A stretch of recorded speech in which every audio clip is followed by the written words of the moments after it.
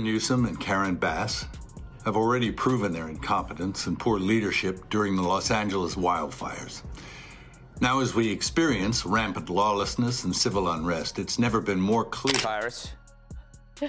What I saw, Yeah. what it looked to me like he was negotiating with a deaf prostitute.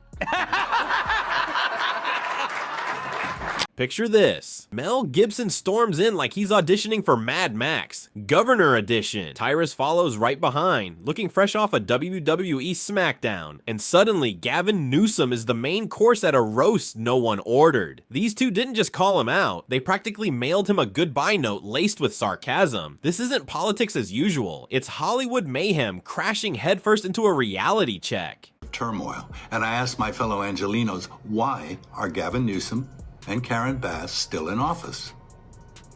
How much more of their destructive decision-making masquerading as leadership are we going to tolerate? It's time to take back our community and our state and put the power and the privilege in the hands of competent leaders whose goals are to protect us and the way of life this nation was founded. Mel Gibson has never been the type to quietly sip tea in the corner. He's the one who kicks the door wide open, flips the table, and warns the tea is poisoned while staring straight through your soul. And this time, his latest spectacle isn't about swords, war paint, or holy battles. It's about none other than Gavin Newsom, the walking shampoo commercial turned political star. I can watch the tape. Yes. He literally goes, I want some of this, then you do some of this, and I'll do some of that back to you, and then we'll do this, and then I'll pay you, and then we'll do it again. True. And then she kept saying, no. Okay, how about this? You do this one first, then we do this one, then we give a little back and forth. If you are enjoying this takedown, please hit that subscribe button. California's governor, the man who looks like he was carved from marble by someone armed only with hair gel and smugness, is now caught in a storyline even Hollywood wouldn't dare script. He's built like a refrigerator with opinions, the kind who could break a folding chair just by sitting on it. If Gibson is the chaos grenade, then Tyrus is the iron anvil, and together they've formed a tag team that leaves Newsom looking like a background extra in his own political soap opera. You know things have gone off the rails when your fiercest critics aren't rival politicians, but a Hollywood firebrand with no filter, and a wrestler turned commentator who treats nonsense like it's a deadly allergy. Did he leave out anything? I think there's about 100 other reasons too. Well, you can't, it's not his words when he speaks. Yeah. You have to watch him closely. And some genius decided not to film him any lower than the shoulder. Yes, did you? Yes. So what did he do? You couldn't see the hands. No, but he sent Morse code. So why is Newsom in the hot seat? Simple. He runs California like an overpriced amusement park where the rides are broken, the bathrooms are chained shut, and parking still costs $50. Instead of fixing the mess, he polishes his grin like it's a trophy on display. Mel and Tyrus clearly had enough of the circus, and they didn't just toss shade. They cast a full-blown eclipse over his spotlight.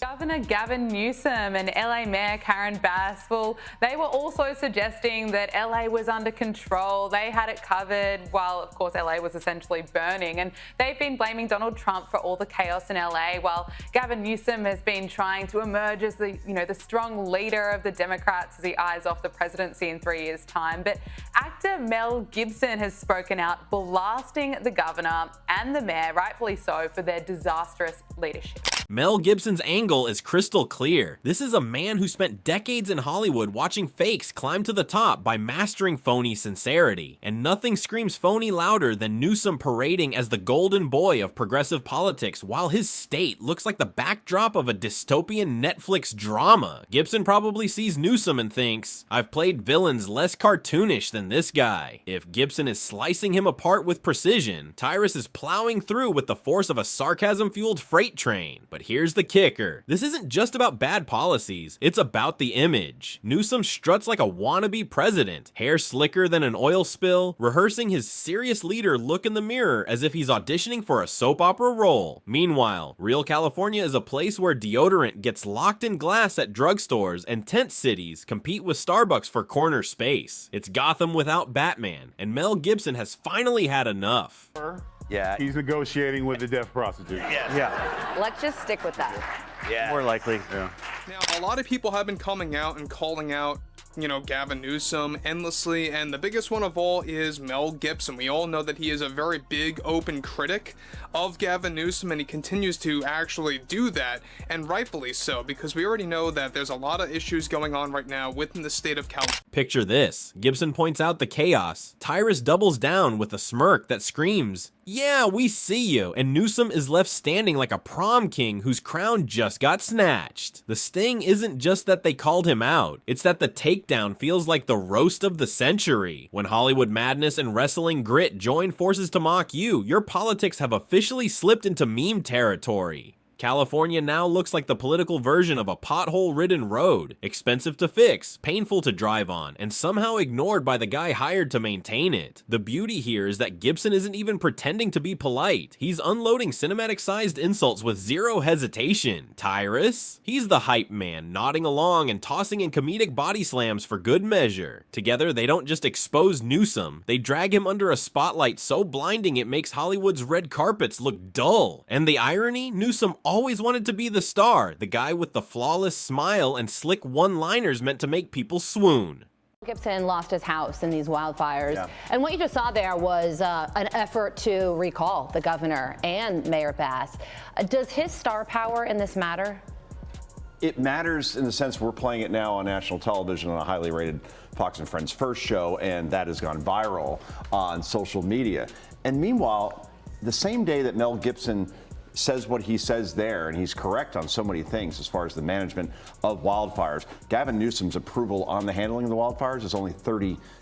Wow. Instead, Gibson and Tyrus cast him as the villain in their roast special. Not Darth Vader, but a Scooby-Doo bad guy. Pull off the mask and it's just some slick operator running a scam on the town. And that's the real sting. Newsom thought he was auditioning for president, but he wound up as the comic relief in someone else's show. If Gavin Newsom does one thing better than running California into the ground, it's pretending he isn't. He struts like the lead in a Netflix political drama, but instead of intrigue and leadership, it's endless shots of him combing his hair while potholes multiply like rabbits in spring. If Gibson can look at a dystopian nightmare and still say too much, then Newsom has crossed straight into parody territory. And right on cue, here comes Tyrus dropping a verbal elbow from the top rope. He doesn't need polished phrasing, he just calls it what it is. A disaster in hair gel. This is a man who built his whole persona on being allergic to nonsense, and Newsom practically gives off fumes of it. It's like watching a pit bull tear into a chew toy shaped like a politician. No hesitation, no mercy, just the squeak of plastic and shredded dignity. You can watch it. Look at the blinking. Blink, look. Meet me at the house. Like, he's blinking. He's sending,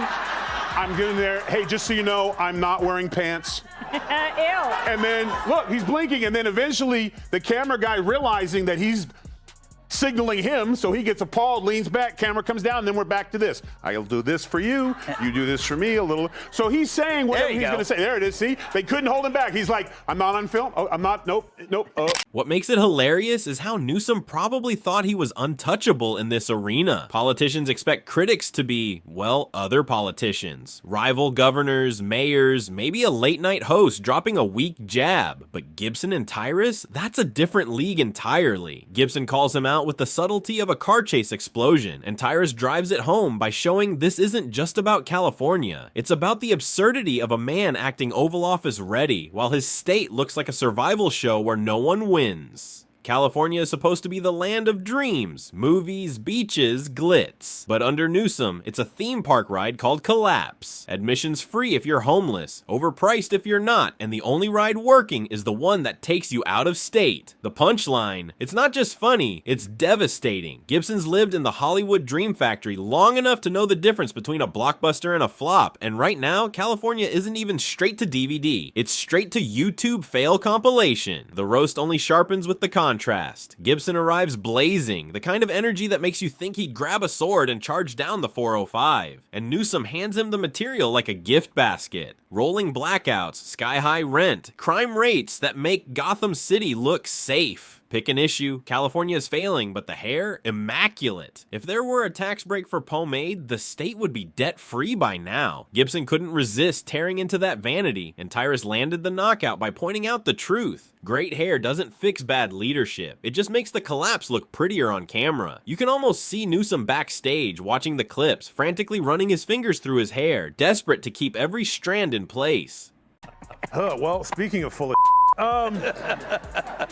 I'm sorry, I'm confused. He's still governor, right? Yes. Yeah. So he could do something about it. That's the most irritating thing, is like, why did anyone say with a follow-up where he's like, the homeless situation is ridiculous? Follow-up question, aren't you governor? Yeah. Like, that's the difference. That's the difference between the radical left and President Trump. He'll talk about something as it's because once you're reduced to a punchline, all that's left is the illusion of control. And for Newsom, that illusion comes in a shiny, blow-dried package. The beauty of this spectacle is how it strips him bare, exposing a man who confuses appearance with substance. He's like a knockoff designer bag, flashy from afar, but falling apart the moment it's put to use. Sure, he's dodged scandals before, lavish dinners during lockdowns, policy flops swept under the rug, endless speeches that sound like TED Talks for people allergic to facts. But when Mel Gibson, whose rants are Hollywood legend, makes you his latest target, and Tyrus piles on with heavyweight snark, your carefully polished image starts to unravel like a cheap costume under stage lights. The brilliance is all in the timing. Just as Newsom was polishing his presidential ambitions, auditioning for the big role, along come Gibson and Tyrus with a reality check so savage it makes his audition tape look like a blooper reel. Instead of standing tall on the national stage, he's stumbling as the butt of the joke, desperately realizing that two unlikely critics just ripped away the one thing he treasures most, his image. How much more of their destructive decision-making masquerading as leadership are we going to tolerate? It's time to take back our community and our state and put the power and the privilege in the hands of competent leaders whose goals are to protect us and the way of life this nation was founded upon and promises to offer. That's all. And the humiliation isn't fading anytime soon. Gibson and Tyrus didn't just roast him in passing, they built a blueprint for dismantling the entire Newsom myth. They proved you don't need policy papers or endless debates, just a sharp tongue, a sense of humor, and the guts to say what everyone else is thinking. The Emperor isn't just without clothes. He's drenched in overpriced hair gel and flashing a smirk the world now sees as pure delusion. Gibson doesn't even have to break a sweat here. He's been in Hollywood long enough to spot someone reading a script they didn't write, and Newsom's whole persona feels like it was pieced together by interns who thought America's biggest worry was whether their leader's smile could survive a Category 5 hurricane. To Gibson, it's a performance so shallow, even straight-to-DVD action flicks look deeper. Meanwhile, Tyrus treats the whole Newsom for president fantasy like a comedy routine. He doesn't just knock it down, he pile drives it into the ground and stands on top flexing, turning the campaign into a punchline that refuses to die. He's playing with us. Meet me at my house. You get mine. I get yours. It'll work out.